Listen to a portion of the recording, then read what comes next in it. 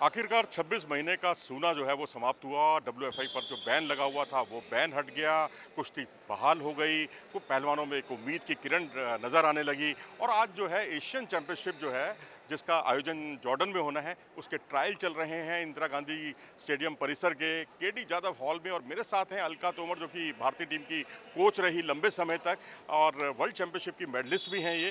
और अलका जी, स्वागत है आपका। थैंक यू कितनी सो मच। खुश हैं आप आज से? आपके चेहरे पर भी बड़ी मुस्कान जो है बस जी, बहुत तो जी, यही जी। बयान कर रही है कि देखिए भारतीय कुश्ती जो है एकदम सही ट्रैक पर आती हुई नजर आ रही है। देखिए मैं ही नहीं, सारा ये आप माहौल देख रहे होंगे कुश्ती का, ये सभी खुश हैं क्योंकि बहुत समय से प्रतिबंध लगा हुआ था कुश्ती पर, डब्ल्यूएफआई पर लगा हुआ था और वो हट गया है। तो सभी पहलवान आप देखेंगे, सबसे बात करेंगे तो सभी बहुत ज़्यादा खुश हैं क्योंकि सब चाहते थे कि भाई इस तरह की दिक्कतें ना आए खिलाड़ी को। जो वो प्रैक्टिस कर रहा है उसके बाद उसे कॉम्पिटिशन नहीं मिलेगा तो वो क्या करेगा? एक खिलाड़ी किस लिए खेलता है, किस लिए प्रैक्टिस करता है? उसके आगे जो टूर्नामेंट होते हैं उसके लिए खेलता है। ओलंपिक होना है, उससे पहले वर्ल्ड चैंपियनशिप होनी है, एशियन चैंपियनशिप होनी है, तो उसके लिए वो प्रैक्टिस कर रहा है। अगर वो टूर्नामेंट मिलेगा तो उसकी प्रैक्टिस सफल हो जाती है। दो रैंकिंग टूर्नामेंट जो है भारत उसमें भाग नहीं ले पाया इसी विवाद के चलते। जी। जो इसी साल जो भाग लेना था जगरेव ओपन है और उसके अलावा हेनरी डेलीजेंस है, दो तीन जी, जी। टूर्नामेंट है जो जिसमें भारत की भागीदारी नहीं हो पाई। कितना फर्क पड़ता है इन सब चीज़ों से जब पहलवानों को नियमित रूप से अंतर्राष्ट्रीय प्रतियोगिताओं में भाग लेने का मौका नहीं मिल पाता? देखिए बहुत ज़्यादा फ़र्क पड़ा है, पूरे देश पे ही फ़र्क पड़ा है, मैं मानती हूँ। अगर इस तरह का विवादित ये कुश्ती रहती है या कोई प्रॉब्लम रहती है कुश्ती में तो सभी पे फ़र्क पड़ता है, सभी के प्रैक्टिस पे फ़र्क पड़ता है, कोचिज़ पे फ़र्क पड़ता है, सबसे ज़्यादा एक रेसलर पे फ़र्क पड़ता है। अगर आप प्रैक्टिस कर रहे हैं, अगर आपको टूर्नामेंट नहीं मिलेगा खेलने के लिए तो आप क्या करेंगे? किस लिए आप प्रैक्टिस कर रहे हो? किस लिए आप इतनी मेहनत कर रहे हो? अब ये बच्चे हर कोई खुश है क्योंकि उन्हें टूर्नामेंट मिल रहा है, उन्हें पता है कि हमें मौका मिलेगा आगे जाने का। लेकिन तस्वीर का एक दूसरा रुख भी है ना, जब सब कुछ बैन भी हट गया, सब कुछ आपने कहा कि पटरी पर आती हुई दिखाई दे रही है, हुँ, सही पटरी पर जो है कुश्ती की जो गाड़ी है। जी। लेकिन अब सवाल यहाँ पर यह है कि जो टॉप रेसलर्स हैं उन्होंने परहेज क्यों रखा है, किया है यहाँ, वो क्यों नहीं भाग ले रहे? क्योंकि हर कुश्ती प्रेमी जो है उनको देखना चाहता है। देखिए हर एक खेल प्रेमी देखना चाहता है। आपने कहा कि बड़ा चेहरा है, अगर वो आएँगे तो मुझे नहीं लगता कोई उन्हें मना करेगा। अगर आप आते हैं, मैं आई हूँ, मुझे किसी ने मना नहीं किया, ना मुझे किसी ने बुलाया, मैं अपनी मर्ज़ी से आई हूँ। मैं एक खिलाड़ी रही हूँ, मैं एक अपने गेम से जुड़ी हुई हूँ। मैं चाहती हूँ कि मेरा खेल से मैं हमेशा जुड़ी रहूँ, तो मुझे कोई मना थोड़ी ना कर देगा। अगर लेकिन गतिरोध तो बना हुआ है ना अभी भी, क्योंकि रेलवे के रेसलर्स नहीं है यहाँ पर। नहीं देखिए, रेलवे के रेसलर नहीं है, वो उनकी सोच है। तो मैं चाहूँगी कि इस तरह का विवाद अभी भी ना करें क्योंकि अगर आप इस तरह का विवाद करते हैं, जो जूनियर रेसलर हैं उन पे बहुत ज़्यादा फ़र्क पड़ा है। तो उस तरह का विवाद ना करके आप कुश्ती को आगे बढ़ने दें, जो आपकी लड़ाई है उसको भी आप लड़ते रहें, लेकिन कुश्ती को ना रोकें। कुश्ती को रोकने से आपने देखा होगा कितना माहौल कितना फ़र्क पड़ा है, ओलंपिक में भी कितना फ़र्क पड़ा है, वर्ल्ड चैंपियनशिप में कितना फ़र्क पड़ा है। तो मैं ये चाहती हूँ कि आप विवाद जो भी है, आपका जो लड़ाई है उसे आप लड़ते रहो, लेकिन कुश्ती के जो भी टूर्नामेंट है उनको मत रोको प्लीज़।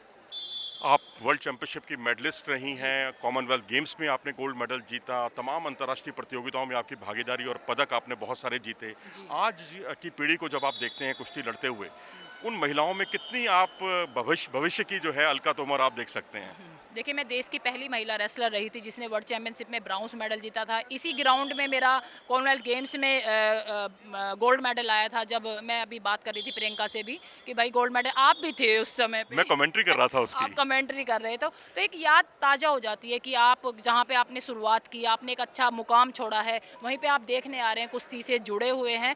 तो काफ़ी ज़्यादा फ़र्क पड़ा उस चीज़ का कि विवाद जो हुआ कुश्ती में। लेकिन हम चाहेंगे कि इस तरह का विवाद ख़त्म हो जाए और जो हमारी आने वाली जो पीढ़ी है, मुझे बहुत अच्छा रिजल्ट देखने को मिल रहा है, एक जुनून देखने को मिल रहा है, एक जो मेहनत है बच्चों की वो देखने को मिल रही है। तो आने वाला भविष्य बहुत अच्छा है हमारा, जो हमारे टाइम पे था उससे भी बेहतर मुझे दिख रहा है क्योंकि टेक्नोलॉजी बढ़ रही है।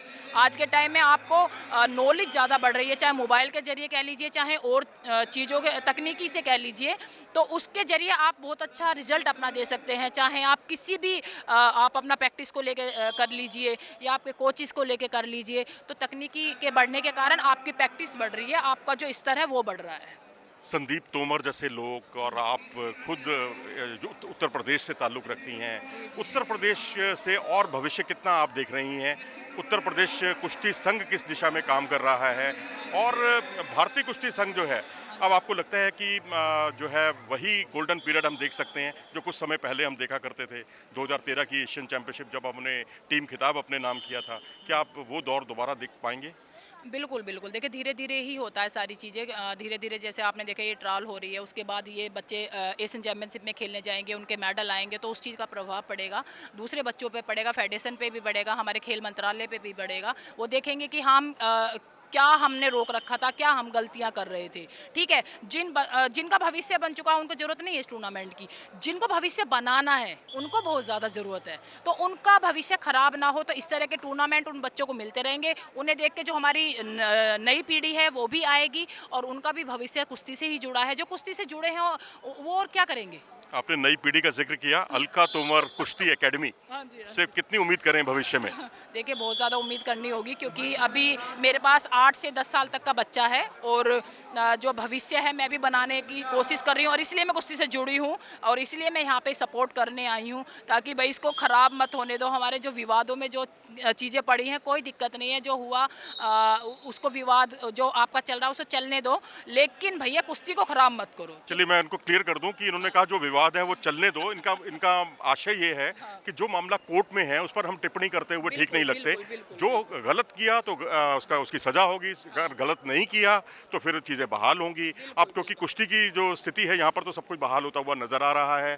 और अलका जी अंत में क्या कहेंगी आप अपने हमारे जो कुश्ती के जो अलग अलग क्षेत्रों से अलग अलग राज्यों में जो प्रैक्टिस कर रहे हैं, अलग अलग एकेडमीज में प्रैक्टिस कर रहे हैं, उनके लिए क्या संदेश देना चाहेंगी आप? देखिए मैं तो यही कहना चाहूँगी कि एक खिलाड़ी को अपनी प्रैक्टिस पे ही ध्यान रखना चाहिए, अपने जो कोचेज़ हैं उनकी गाइडलाइन में रहना चाहिए, डिसिप्लिन में रहना चाहिए आपको। आप एक खिलाड़ी हैं, आप डिसिप्लिन से बाहर जाते हैं तो आप ख़त्म हो जाते हैं, लेकिन अगर आपके कोचेज़ ने जो आपका रूल रेगुलेशन बनाया है, प्रैक्टिस का शेड्यूल बनाया है, आप उसमें ही उसके दायरे में प्रैक्टिस करते रहिए, मेहनत करते रहिए, मेहनत कभी ख़राब नहीं जाती है। तो ये थी अलका तोमर जी जिनका बहुत साफ तौर पर कहना था कि आप मेहनत करें और मेहनत का अंजाम ज़रूर आपको मिलेगा, रिजल्ट ज़रूर मिलेगा।